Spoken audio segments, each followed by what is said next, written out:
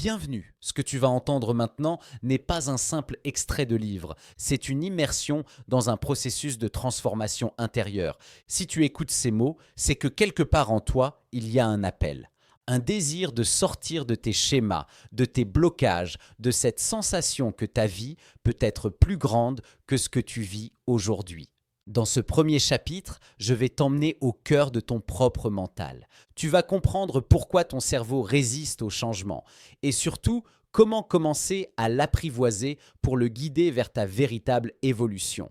Alors installe-toi, respire et laisse-toi plonger dans cette expérience. Chapitre 1. Tu veux changer. Ton cerveau veut te protéger. Tu veux changer. Et ce désir n'est pas un caprice passager, c'est un cri intérieur, un appel de l'âme. Tu le sens dans ton corps, dans tes silences, dans ces moments où tu fixes le plafond en te demandant « Est-ce que ma vie va vraiment rester comme ça ?» Tu veux sortir de ce cycle qui se répète encore et encore. Ces scénarios qui t'épuisent, ces schémas invisibles qui te ramènent toujours au même point, même après tes efforts, même après tes prises de conscience. Tu veux aligner ta vie avec ce que tu ressens au fond. Pas ce que les autres attendent, pas ce que tu as appris à faire pour être aimé ou validé. Tu veux vivre selon ta vérité, te dépasser, libérer ce feu intérieur que tu sens brûler mais qui reste contenu, comme si quelque chose freinait, comme si une force invisible tirait sur la corde chaque fois que tu voulais t'élancer.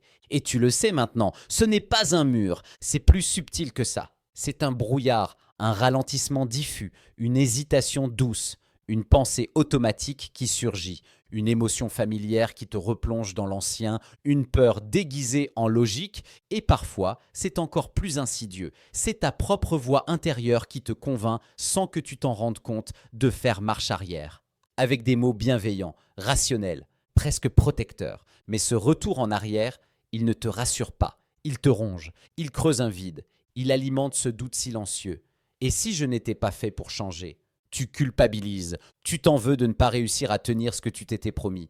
Et plus tu te bats, plus tu te fatigues. Mais écoute bien ceci, ce que tu vis n'est pas une preuve de faiblesse. C'est le signe que tu es en train de toucher une zone fondamentale, une zone protégée, programmée, conditionnée. Ce n'est pas toi qui bloque. C'est le système en toi qui résiste. Ce système, c'est ton cerveau. Et son rôle premier n'est pas de te rendre heureux, ni libre, ni accompli. Son rôle, c'est de te garder en sécurité. Et pour lui, le changement est une alerte, un danger. Même si ce changement est positif, même si tu veux guérir, avancer, t'élever.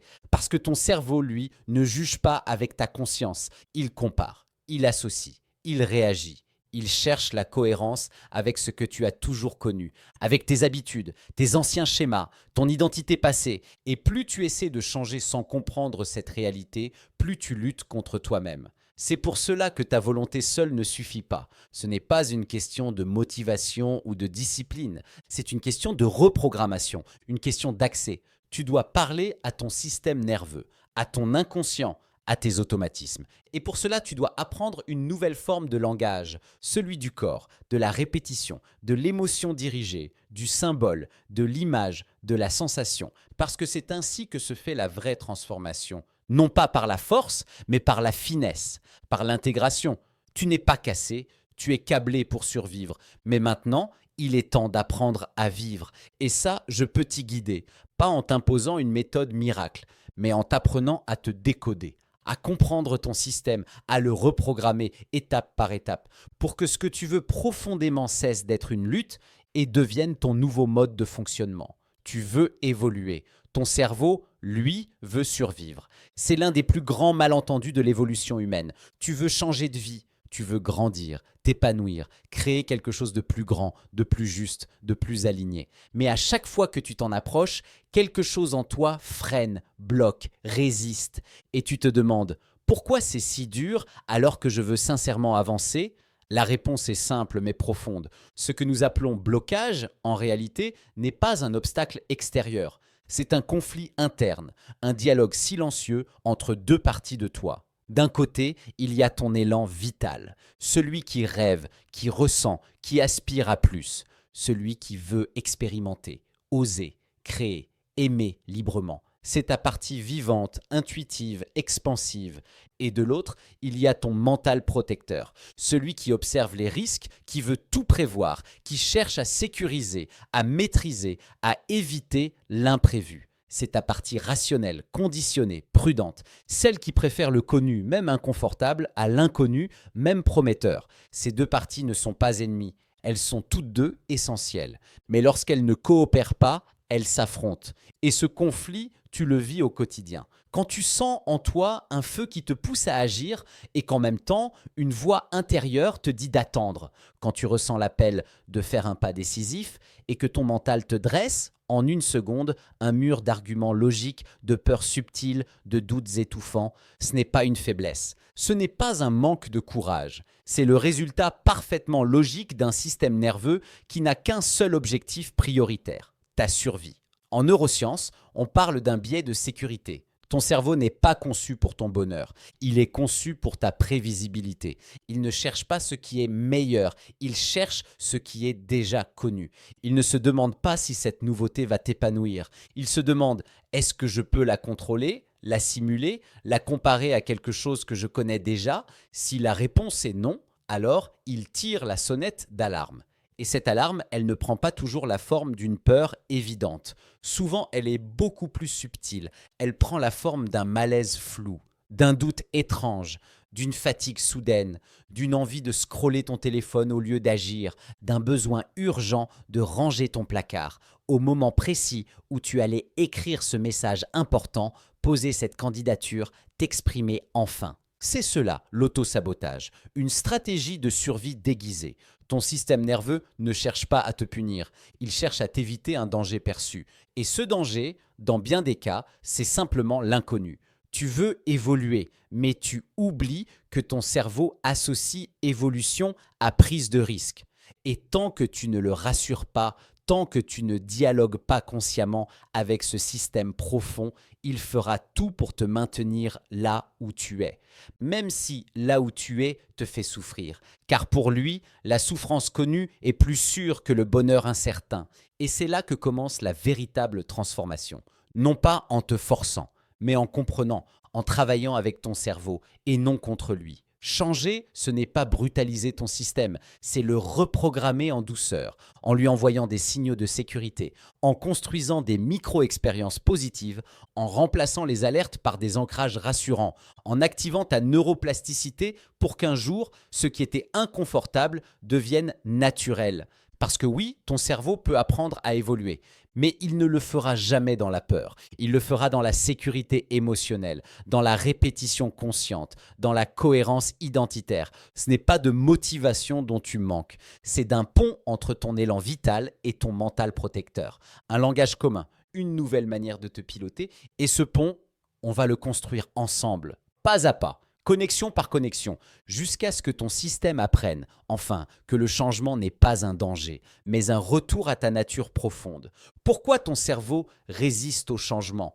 Il faut cesser de croire que le changement est simplement une affaire de volonté. Le changement est un choc biologique, une perturbation profonde dans un système qui, par nature, déteste l'imprévu. Le cerveau humain, contrairement à ce qu'on pourrait penser, n'est pas une machine d'exploration. Il est avant tout une machine de prédiction. Son objectif principal n'est pas de te rendre libre, heureux ou épanoui. Son rôle fondamental, celui qu'il a acquis au fil de millions d'années d'évolution, est de te permettre de survivre. Et pour survivre, il a appris une chose essentielle, répéter ce qui a déjà fonctionné. Ton cerveau analyse constamment ton environnement, il capte, compare, calcule. Il cherche les patterns, les schémas récurrents, les signaux familiers. Et dès qu'il repère une situation déjà vécue, il enclenche une réaction automatique issue de ton passé. Pourquoi? Parce que c'est plus rapide, plus sûr et surtout, ça coûte moins cher en énergie. En neurosciences, on appelle cela l'homéostasie. L'homéostasie, c'est cette tendance biologique à maintenir l'équilibre interne du corps et du système nerveux. C'est une quête de stabilité constante, température, rythme cardiaque, chimie hormonale et comportement. Dès que tu introduis un élément nouveau, une idée différente, une posture émotionnelle inhabituelle, une nouvelle habitude, tu perturbes cet équilibre. Tu crées une dissonance. Et cette dissonance n'est pas anodine pour ton cerveau. Elle signifie danger potentiel. Pas forcément un danger réel, mais un danger inconnu. Et l'inconnu, pour ton cerveau, est pire que le connu douloureux. Changer, c'est réécrire des connexions. C'est désorganiser des réseaux neuronaux consolidés pour en former de nouveaux. Et cela demande un effort immense pour un système programmé à l'économie, alors ton cerveau résiste, par peur, par prudence, par pure logique de préservation. Il va activer des freins internes, doute, fatigue, pensée négative, anxiété, dévalorisation, oubli soudain, sentiment d'imposture, envie de procrastiner. Ce ne sont pas des erreurs, ce sont des mécanismes de défense sophistiqués. Ils servent à t'éviter ce que ton cerveau interprète comme une prise de risque non maîtrisée. Et là réside le grand paradoxe. Ton évolution personnelle, que tu désires de tout ton cœur, est perçue par ton cerveau comme une menace existentielle. Même si, en surface, tu veux guérir, te libérer, progresser, aimer mieux ou oser davantage, ton cerveau, lui, n'a qu'une question. Est-ce qu'on connaît ce terrain? Et si la réponse est non, il lève les boucliers. Cela ne signifie pas que tu es condamné à rester figé, mais cela signifie que tu dois changer ta stratégie. Tu ne peux pas forcer ton cerveau, tu dois l'apprivoiser. Tu dois apprendre à bypasser ses résistances, non pas en les combattant, mais en les comprenant, en lui offrant des points de repère nouveaux, mais progressifs, en installant du changement à petite dose, de manière répétée, rassurante, émotionnellement sécurisée. C'est ainsi que naît la neuroplasticité. Non pas dans la violence d'un choc, mais dans la cohérence d'une rééducation douce et constante. Et c'est précisément ce que nous allons apprendre à faire dans les prochains chapitres. L'héritage neurologique, comment tu as été codé. Tu ne pars pas de zéro, même avant ta première décision consciente, avant ton premier choix, avant même que tu saches formuler une pensée claire, tu étais déjà en train d'apprendre. Mais pas à travers des mots, à travers l'imprégnation. Le cerveau humain, dans ses premières années, est une véritable éponge. Non pas une éponge intellectuelle, une éponge émotionnelle. Un capteur hypersensible à l'environnement, à l'énergie des adultes, aux réactions, au silence, aux tensions non dites. Entre 0 et 7 ans, ton cerveau fonctionne majoritairement en ondes θ. Ce sont les mêmes ondes que l'on retrouve dans des états profonds d'hypnose. Autrement dit, durant cette période, tu ne filtres rien, tu ne juges pas, tu n'analyses pas, tu ne remets pas en question, tu absorbes, tu enregistres et surtout, tu crois. Tout ce que tu vis, vois, ressens ou entends devient pour toi une vérité structurelle, pas une opinion, une réalité, une loi. Tu n'apprends pas uniquement des mots ou des gestes, tu apprends comment fonctionne le monde.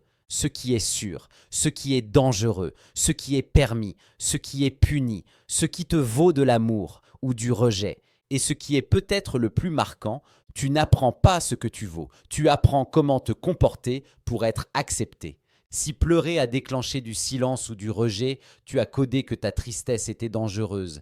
Si exprimer ton excitation a suscité des moqueries, tu as appris à te retenir. Si poser des questions te valait des reproches, tu as appris à douter de ta curiosité. Si l'amour semblait dépendre de tes résultats, tu as codé que ton droit d'exister était conditionné à ta performance. Ces expériences ne disparaissent pas avec le temps. Elles s'intègrent dans des protocoles neuronaux de survie que ton cerveau va reproduire encore et encore, même à l'âge adulte. Pourquoi ? Parce que ton système considère qu'ils t'ont protégé, ils t'ont permis d'éviter la douleur, d'obtenir de l'amour, de t'adapter à ton environnement.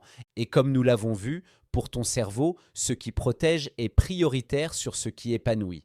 Tu peux vouloir le contraire aujourd'hui. Tu peux vouloir t'exprimer, te montrer, être vulnérable, prendre des risques, aimer librement. Mais ton système nerveux, lui, continue de te piloter en arrière-plan selon ses anciens réglages. C'est ce que la psychologie moderne appelle les programmes précoces inconscients. Des schémas neuronaux profondément ancrés construits avant même que tu saches les nommer. Et ces schémas deviennent les filtres de perception à travers lesquels tu vois le monde sans même t'en rendre compte. Tu crois faire des choix libres, mais souvent, tu ne fais que répéter ce qui t'a semblé sûr à l'âge de 5 ans. C'est pour cela que tant de personnes intelligentes, motivées, lucides, se retrouvent enfermées dans des scénarios qu'elles comprennent mais n'arrivent pas à quitter. Parce que ce n'est pas un problème de compréhension, c'est un problème de codage. Et comme tout codage, il peut être modifié, mais pas avec des injonctions ou des affirmations magiques. Il doit être désinstallé, reconnu, remplacé, puis intégré à nouveau. Il ne s'agit pas ici de rejeter le passé. Il s'agit de reprendre la main sur un système que tu n'as pas choisi. Un système qui t'a permis de survivre, mais qui aujourd'hui limite ton expansion. Et c'est précisément à ce niveau que commence le vrai travail intérieur. Non pas une lutte contre toi-même, mais une réconciliation, un dialogue, une reprogrammation douce, progressive et durable. Une transformation qui respecte ta biologie tout en libérant ton potentiel. Tu n'es pas brisé, tu es câblé. Et ce câblage, nous allons apprendre à le réécrire avec clarté, respect et puissance. L'auto-sabotage, stratégie déguisée de protection. Tu n'échoues pas parce que tu es paresseux. Tu n'échoues pas parce que tu manques de discipline ou parce que tu n'as pas assez envie.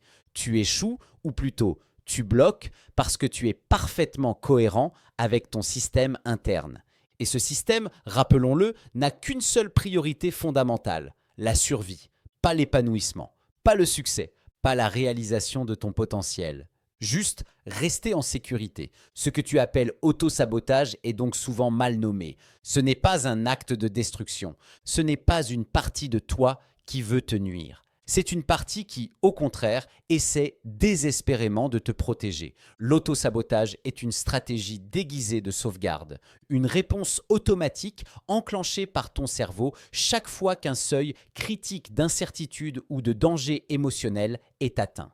Cette réponse n'est pas rationnelle, elle est associative. Ton cerveau a enregistré au fil des années des connexions invisibles entre certaines situations et certaines formes de douleur. Ce ne sont pas des souvenirs clairs ou logiques, ce sont des empreintes émotionnelles, des traces somatiques, des réflexes inconscients. Prenons un exemple. Tu veux te lancer, créer ton activité. Tu as une idée, un vrai talent, une envie sincère. Mais à chaque fois que tu dois te montrer, publier, parler de ce que tu fais, une partie de toi freine. Tu te sens vidé ou confus ou tendu, tu procrastines. Tu te perds dans des tâches secondaires. Tu cherches la perfection. Tu repousses. Tu doutes. Ce n'est pas parce que tu es désorganisé, c'est parce que ton système assimile l'exposition à un danger émotionnel. Peut-être que, dans ton enfance, chaque fois que tu t'exprimais librement, tu recevais une critique, un regard moqueur, un silence glacial. Peut-être que ton enthousiasme a souvent été brisé, que ta différence a été jugée. Peut-être que briller signifiait, à un moment donné, perdre l'amour. Et ton cerveau, dans son immense intelligence protectrice, a codé cette vérité interne. Se montrer égale être attaqué, être vu égale être rejeté, réussir égale être seul. Alors, il agit sans te consulter. Il t'amène à éviter, détourner, retarder pour t'éviter une douleur qu'il juge probable. Il n'essaie pas de saboter ta vie. Il essaie de t'épargner une souffrance. Mais ce mécanisme, à force de se répéter, devient un frein massif, un plafond de verre, un garde-fou invisible qui t'empêche de franchir les étapes clés de ton évolution. Et tant que tu continues à croire que tu es le problème, tu renforces ce programme, tu renforces ta culpabilité. Et la culpabilité est le carburant préféré de l'auto-sabotage. Voici la vérité. L'auto-sabotage n'est pas une faiblesse. C'est une fidélité inconsciente à une peur ancienne. Et c'est cette fidélité qu'il va falloir désamorcer, reprogrammer, transformer. Mais tu ne peux pas forcer cette partie de toi à disparaître. Tu dois lui parler, la reconnaître, la comprendre, lui montrer progressivement que les conditions ont changé, que tu n'as plus 7 ans, que tu n'es plus dépendant de la validation d'un parent ou d'un enseignant, que tu peux aujourd'hui t'exposer sans mourir, sans être rejeté, sans être humilié. Et même si ça arrivait, tu as aujourd'hui les ressources pour le vivre différemment. L'auto-sabotage, en réalité, n'a besoin que d'une chose, être rassuré. Et pour cela, tu dois construire un espace de sécurité interne. Un environnement psychique dans lequel l'échec n'est plus une mort symbolique. Un monde intérieur dans lequel tu peux faire des erreurs et rester aimé. Un système où l'audace devient plus sûre que la stagnation. C'est cette bascule que nous allons enclencher ensemble. Non pas en te forçant à agir malgré toi, mais en rééduquant les racines de ton automatisme pour que ton corps, ton cœur et ton cerveau s'accordent enfin autour d'un nouveau message. Je peux évoluer et je peux le faire en sécurité. Les réactions biologiques du changement. Tu ne le ressens peut-être pas consciemment, mais chaque fois que tu t'apprêtes à sortir d'un schéma connu, ton corps, lui, le sait et il réagit. Pas de manière métaphorique, de manière biologique. Un projet, une prise de parole, une décision à poser, une vérité à affirmer, un changement d'habitude. Dès que tu approches un seuil de transformation réel, ton système nerveux entre en alerte. Le rythme cardiaque s'accélère, la respiration devient plus courte, la gorge se serre, l'estomac se noue. Une tension diffuse s'installe dans tes muscles. Ces signaux sont les premiers messagers d'une activation de ton cerveau limbique, cette zone cérébrale impliquée dans la gestion des émotions, de la peur, du danger.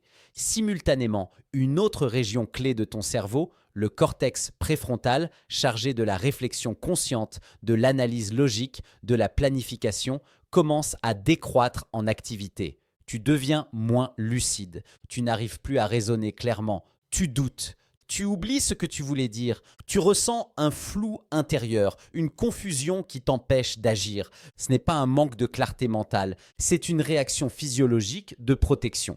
Ton corps, à ce moment-là, est littéralement en train de t'empêcher d'évoluer. Non pas parce qu'il est contre toi, mais parce qu'il pense que ce changement est une menace. Et cette menace n'a rien à voir avec la réalité objective.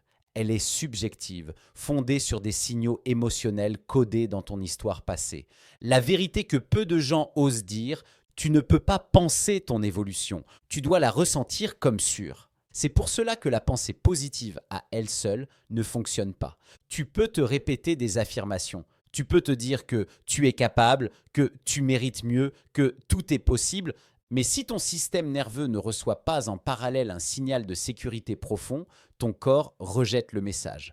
Car pour ton cerveau, le critère n'est pas est-ce que c'est beau, le critère c'est est-ce que c'est sûr. Et la sécurité dans ton système biologique ne s'impose pas. Elle s'installe progressivement par l'expérience. Le vrai travail ne consiste donc pas à forcer. Il consiste à reprogrammer ta perception du danger. Tu dois montrer à ton corps que ce que tu veux vivre n'est plus une menace, qu'il est possible de s'exprimer sans être attaqué, de prendre une décision sans être rejeté, d'être soi sans être puni, de réussir sans être isolé. Mais ce changement de perception ne passe pas par l'intellect, il passe par le corps, par l'émotion, par la répétition concrète d'expériences sécurisantes, petit à petit. Action après action, micro-exposition après micro-exposition, ton système nerveux commence à enregistrer un nouveau message. Je peux faire ça et je suis en sécurité. Et ce message devient plus qu'une pensée. Il devient un ancrage biologique, une nouvelle base, un nouveau point de référence, un nouveau standard. C'est ainsi que naît la transformation durable, par l'expérience répétée d'un changement ressenti comme sûr, pas par la violence, pas par la culpabilité, pas par la force mentale, mais par l'intelligence émotionnelle appliquée au corps. Changer, ce n'est pas franchir un mur d'un seul coup, c'est apprendre à ouvrir des portes internes, des seuils de tolérance, des circuits neuronaux. Et à chaque pas, à chaque fois que tu choisis la sécurité intérieure plutôt que la brutalité extérieure, tu rééduques ton système, tu réécris ton futur. Comprendre la mémoire émotionnelle. Il y a des décisions que tu n'as jamais prises, des mots que tu n'as jamais osé dire, des rêves que tu as laissés en veilleuse, pas parce que tu ne voulais pas, mais parce que quelque chose en toi a freiné. Un ressenti, une tension, une peur inexpliquée, une impression diffuse que ce n'est pas le bon moment ou que tu n'es pas prêt. Et derrière cette impression, il y avait souvent une mémoire émotionnelle.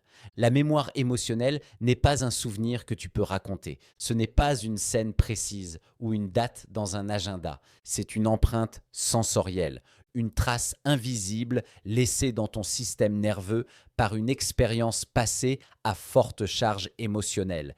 Et ces expériences, surtout lorsqu'elles ont été marquées par la peur, la honte ou la solitude, ne sont pas digérées comme des souvenirs ordinaires. Elles sont encodées dans ton corps, comme si ton cerveau disait « Attention, ce type de situation égale danger, à éviter à tout prix ». Même si aujourd'hui, rationnellement, tu sais que tu as grandi. Même si tu veux sincèrement avancer, ces empreintes agissent en silence. Tu ne les vois pas, tu ne les entends pas, mais elles parlent à travers la crispation de ta mâchoire lorsque tu dois dire ce que tu penses. La boule dans ton ventre avant de demander quelque chose pour toi. L'envie de fuir dès que l'émotion devient trop forte. Le besoin de tout contrôler pour ne pas ressentir l'imprévisible. Ton langage intérieur aussi est traversé par cette mémoire. Je ne suis pas assez, ce n'est pas le bon moment. Et si je me trompe, ce ne sont pas des pensées aléatoires, ce sont des réminiscences de ton histoire émotionnelle. Et tant que cette histoire reste codée comme un danger potentiel, ton cerveau, dans le doute, suivra la piste du connu. Parce que le connu, même inconfortable, est prévisible, et donc, à ses yeux, plus sûr. Changer alors demande plus qu'un élan de volonté. Changer demande de remonter aux racines émotionnelles de ta structure interne. Pas pour revivre le passé, mais pour le recoder. C'est ce que les neurosciences appellent aujourd'hui la mise à jour du schéma de sécurité. Une expérience passée qui a été vécue comme un choc émotionnel s'est fixée dans ton système sans filtre rationnel. Elle a généré une alerte automatique et cette alerte continue de se déclencher tant qu'elle n'est pas régulée. Tant que tu ne changes pas le signal associé à une émotion, tu ne peux pas changer la réponse automatique de ton corps. Tu peux vouloir parler en public, mais si ton système associe parler égale honte, il te fera tout pour t'en détourner. Tu peux vouloir aimer librement. Mais si s'attacher égale souffrir est inscrit en toi, tu vas saboter chaque lien profond sans le vouloir. Et c'est là que commence le vrai travail. Identifier les situations qui activent ta mémoire émotionnelle. Écouter les signaux du corps avant qu'ils ne deviennent paralysants. Offrir une nouvelle lecture émotionnelle à ce que tu as vécu. Réassocier le présent à un signal de sécurité au lieu de rejouer sans cesse la peur d'hier. Ce n'est pas une transformation mentale, c'est une reprogrammation sensorielle. Elle passe par l'expérience directe, par la présence à soi, par le fait d'agir, mais en restant connecté à ton système sans le brusquer. Changer ne veut pas dire effacer ton passé. Changer veut dire libérer ton présent de l'interprétation figée du passé. Et quand tu commences à rassurer cette mémoire, à t'en faire une alliée au lieu de la subir, alors tes choix deviennent plus libres, ton énergie se débloque et ce que tu croyais être un blocage devient une invitation à guérir en profondeur. Le rôle du système nerveux dans la transformation. Tu ne changes pas uniquement avec ta tête, tu changes avec ton corps et plus précisément avec ton système nerveux. Ce système que tu ne contrôles pas consciemment orchestre en arrière-plan l'ensemble de ton expérience intérieure. Ton niveau de stress, ta capacité à réfléchir, ta manière de réagir aux imprévus, ton ouverture aux autres et surtout ta capacité à transformer durablement. Ce système s'appelle le système nerveux autonome. C'est lui qui régule tes fonctions vitales, rythme cardiaque, respiration, digestion, température, hormones. Mais ce n'est pas tout. Il régule aussi ton état émotionnel, ton niveau d'engagement, ton accès à l'apprentissage et à la créativité. Et ce système fonctionne selon deux états principaux. 1. L'état de sécurité ou régulation. Quand ton système perçoit que tu es en sécurité physiquement, émotionnellement, relationnellement. Il active ce que les neurosciences appellent le système parasympathique ventral. Dans cet état, tu peux penser avec clarté, ressentir des émotions sans te laisser submerger, créer, apprendre, t'adapter, te connecter aux autres, explorer de nouveaux comportements. C'est l'état idéal pour transformer ta vie. C'est depuis cet espace que tu peux déconstruire l'ancien et construire du nouveau. C'est là que tu as accès à tes ressources profondes. Deuxième, l'état de survie ou dérégulation.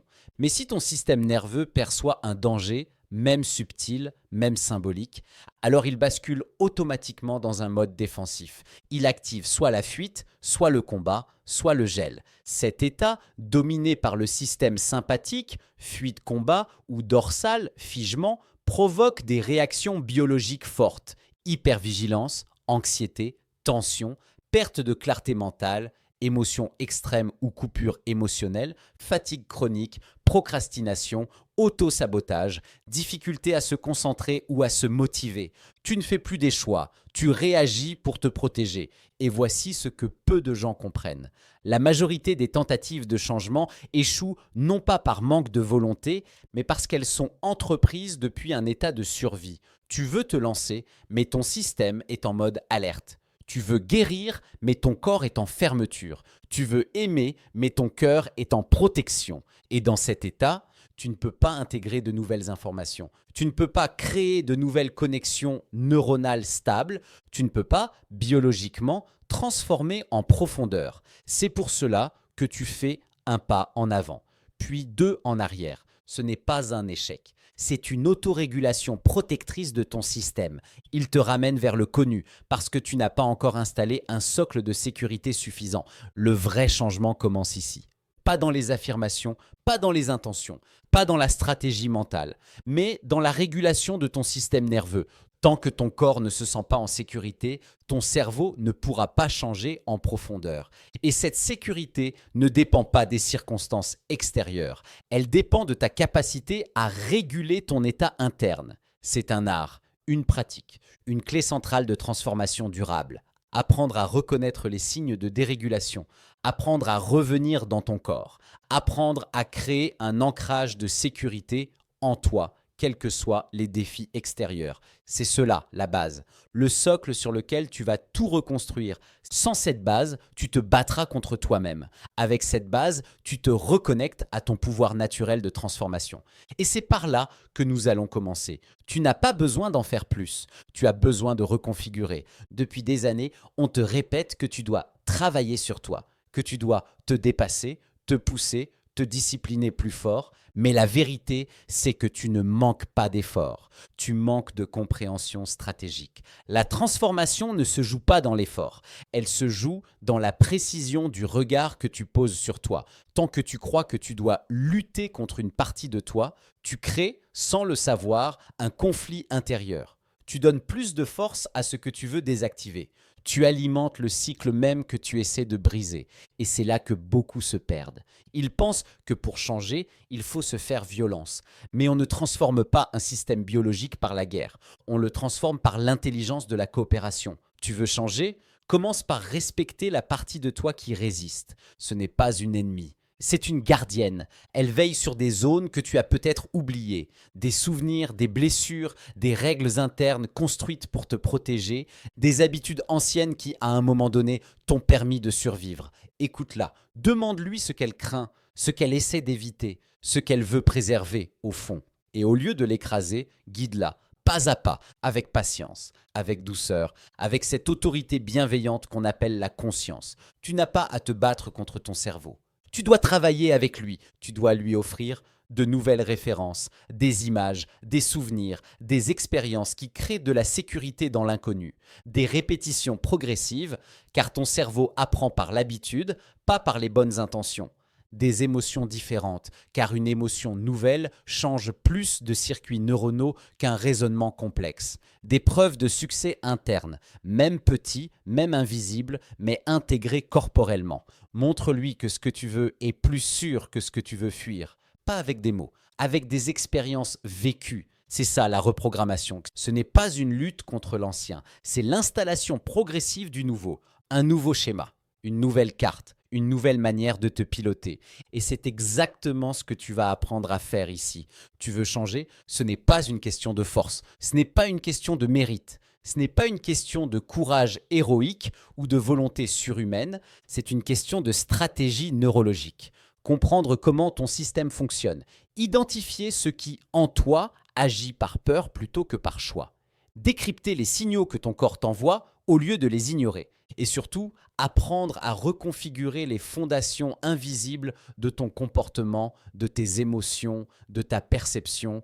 Tu n'as pas besoin de tout déconstruire. Tu n'as pas besoin de repartir de zéro. Tu n'as pas besoin de réparer qui que ce soit en toi. Ce que tu es est déjà complet. Ce que tu vis est simplement le reflet d'un système mal orienté qui a besoin d'un nouvel alignement. Et cela ne prendra pas des années. Cela ne demandera pas de te brûler à l'effort ou de t'imposer une discipline militaire. Ce qu'il te faut, c'est la bonne méthode, au bon rythme, avec la bonne conscience. Il te suffit d'apprendre à reconfigurer ton système, c'est-à-dire à remettre tes circuits internes au service de ta vision et non de ta peur. Et cette reconfiguration, elle commence ici, maintenant, pas demain. Pas quand tu seras prêt, pas quand les conditions seront idéales. Elle commence avec un choix lucide, un choix doux mais ferme, un choix d'évolution ancré dans la sécurité intérieure.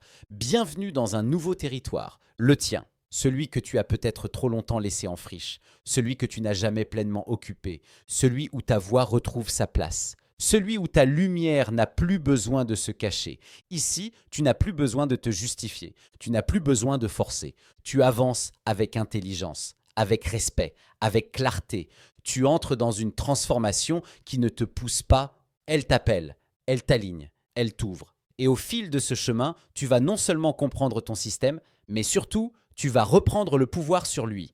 Et ce faisant, tu vas reprendre le pouvoir sur ta vie. Pas pour en faire plus, mais pour en faire mieux, en conscience, en cohérence, en puissance tranquille. Ce n'est plus une fuite, c'est un retour à toi, à ce que tu sais déjà, à ce que tu es capable de devenir. Et tout commence ici. Ce que tu viens de découvrir dans ce chapitre, tu as compris que ton blocage n'est pas une faiblesse, mais un mécanisme de protection neurologique. Tu as vu que ton cerveau privilégie la sécurité à l'évolution, même quand cette sécurité te fait souffrir. Et tu as découvert que le vrai changement ne commence ni dans l'effort, ni dans la volonté, mais dans la reprogrammation profonde de ta perception de sécurité. Tu ne peux pas forcer ton cerveau à évoluer. Tu dois l'éduquer, le guider, le rassurer. Tu dois créer une nouvelle base. Dans le prochain chapitre, nous allons plonger au cœur de ce que ton mental cherche réellement à faire. Tu vas découvrir le rôle fondamental du cerveau dans la survie et pourquoi tout changement est d'abord perçu comme un risque. Nous verrons ensemble comment ta structure mentale se forme, pourquoi elle te bloque et comment tu peux la transformer de l'intérieur. Ce que tu vas apprendre dans le chapitre 2, le vrai rôle de ton mental, sécurité, évolution, va t'offrir une clé essentielle pour libérer ton énergie sans t'épuiser. Tu n'es pas en panne, tu es programmé pour répéter. Et cette programmation, tu vas enfin apprendre à la modifier. Si ce premier chapitre a résonné en toi, imagine ce que le reste du livre va activer. Tu viens de découvrir une première clé pour comprendre pourquoi ton cerveau te bloque. Mais ce n'est qu'un début. Dans les chapitres suivants, tu vas apprendre à reprogrammer tes schémas, aligner ton identité et libérer l'énergie qui sommeille en toi. Alors, si tu veux continuer ce voyage et accéder à l'intégralité du livre, tu peux le retrouver dès maintenant. Tu as le lien juste en dessous. Ce livre n'est pas fait pour être simplement lu, il est fait pour être vécu. Et ta transformation commence maintenant.